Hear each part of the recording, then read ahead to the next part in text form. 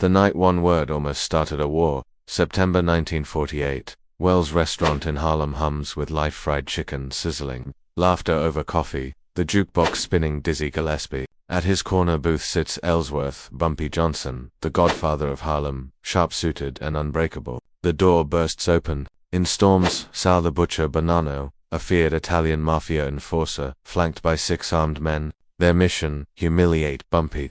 Force him to bend to the 5 families' growing demands. Sal towers over the table, sneers, and unleashes the vilest racial slur, the N-word, loud enough to silence the room. In Jim Crow America, this wasn't just an insult. It was a declaration of war, a white mobster reminding a black king he was less than. But Bumpy doesn't rage. He doesn't draw. He rises slowly, locks eyes with Sal, and utters 6 chilling words. You brought 6 guns. I brought 40. The room shifts.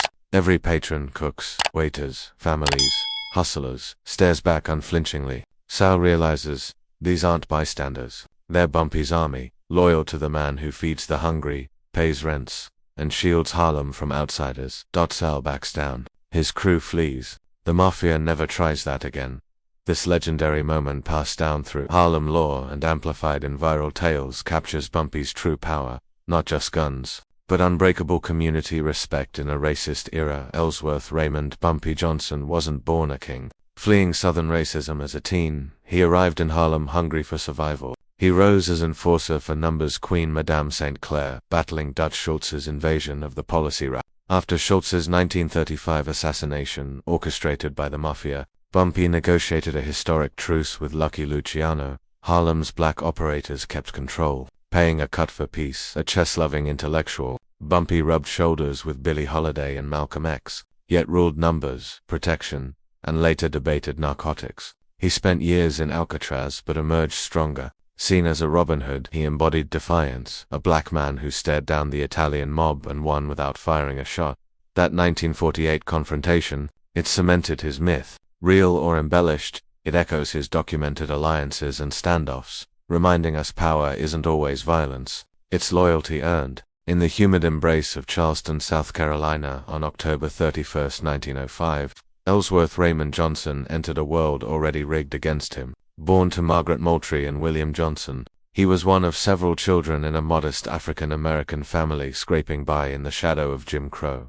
The South, in those early years of the 20th century, was a place of rigid segregation, where black families lived under constant threat. Lynchings were not rare horrors, but a brutal tool of white supremacy, with mobs dispensing justice without trial. South Carolina alone would see over 150 such murders in the decades spanning the lynching era, part of thousands across the nation that terrorized black communities into submission. Young Ellsworth was a bright boy, quick-witted and spirited, but the world around him left little room for innocence. A noticeable bump on the back of his head, perhaps from a childhood accident or a natural irregularity, earned him the nickname Bumpy from family and playmates. It was a moniker that stuck, one that would follow him through life like a shadow. But far deeper scars came from the racism that permeated every aspect of daily existence. Separate schools that were underfunded, jobs reserved for whites, and the ever-present fear of violence for even perceived slights. The turning point came when Bumpy was just 10 years old. His older brother, Willie, was accused of killing a white man, an accusation that, true or not, carried the weight of death in the Jim Crow South. Rumors of a lynch mob swirled quickly. White anger could ignite without warning, and no black man accused of harming a white person was safe. Terrified for their son's life, Bumpy's parents made a desperate decision. They mortgaged their tiny home, pooling every resource they had to send Willie north to relatives, away from the vengeful crowds. But the danger didn't end there. Bumpy himself, with his short temper and growing defiance toward the injustices he witnessed, worried his parents deeply. He was becoming insolent in a world that demanded subservience from black boys to survive. Fearing that his fiery spirit might one day provoke the wrong person and lead to his own lynching, they decided he too needed to escape the South's deadly grip. Around 1915 or shortly after, as part of the early waves of the Great Migration, hundreds of thousands of African Americans fled north seeking better opportunities and safety. Bumpy was sent to Harlem to live with his older sister Mabel. Most of the Johnson siblings made the journey northward, leaving behind the familiar streets of Charleston for the bustling unknown of New York City. Harlem, in those years, was emerging as a vibrant black metropolis, a beacon during the Harlem Renaissance era that would soon flourish. Yet for a young southern boy with a thick Gullah accent, short stature, and that unmistakable bump on his head, arrival brought new challenges. The city kids teased him relentlessly, bullying the newcomer who sounded and looked different. Racism followed him north, to discrimination in housing, jobs, and streets, but it was a different beast. One without the immediate specter of nooses and mobs. In Harlem, Bumpy would forge a new path, one that twisted from petty street hustles into the heart of organized crime. But those early years in Charleston, marked by family love amid pervasive fear, shaped him profoundly. The bump gave him a name, the racism gave him resolve, and the flight north saved his life, setting the stage for the legend he would become, the Godfather of Harlem. In 1919, at just 14 years old, Ellsworth Raymond Johnson, soon to be known as Bumpy for the stubborn bump on the back of his head, stepped off the train from Charleston, South Carolina, into the bustling chaos of New York City. His parents had sent him north to live with his older sister Mabel, fearing his fiery temper and defiance toward white authority would get him lynched in the Jim Crow South. Harlem welcomed him like a whirlwind, wide avenues teeming with black families fleeing the Great Migration, street vendors hawking hot corn and sweet potatoes, and the rhythmic pulse of life that felt worlds away from the segregated streets he'd left behind. The roaring 20s were igniting, and Harlem was the epicenter of the Harlem Renaissance, an explosive celebration of black art, music, and intellect. Jazz spilled from speakeasies and grand clubs like the Cotton Club, where Duke Ellington's orchestra swung hard under glittering lights, though black patrons were often barred from the best seats. Poetry flowed from pens like Langston Hughes, capturing the dreams and struggles of a people claiming their voice. Underground prohibition fueled secret bars where bootleg whiskey flowed freely, and the numbers Rakita daily lottery gamified hope to the working poor, turning pennies into potential windfalls. For young Bumpy, survival came first. Bullied for his southern drawl and short stature, he fought back fiercely, earning respect on the streets. He dropped out of school, taking odd jobs, delivery boy, shoeshine, whatever paid. But petty crime beckoned, pickpocketing downtown tourists, running errands for local hustlers. It was the era's underground economy that pulled him deeper. The numbers game, controlled by figures like the fierce Madame Stephanie St. Clair,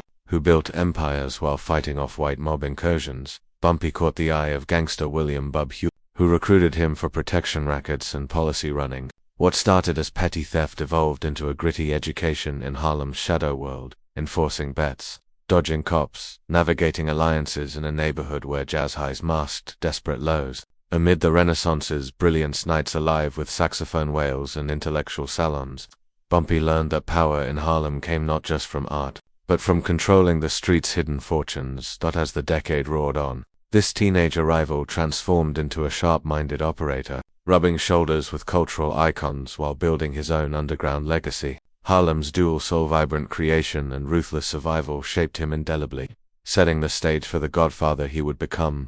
Rise under the Queen. Mentored by Madame St. Clair, Bumpy becomes her deadly enforcer, mastering the numbers game that made Harlem millionaires. War with Dutch Schultz. 1930s bloodshed as white gangster Schultz invades. Bumpy's guerrilla hits rack up bodies, protecting black independence. The deal with Luciano. After Schultz's mob-ordered death, Bumpy negotiates with Lucky Luciano, a groundbreaking alliance preserving Harlem's autonomy. King of the numbers. Post-war, Bumpy dominates rackets, stylish and generous, building loyalty that money can't buy. The insult that echoed. 1948.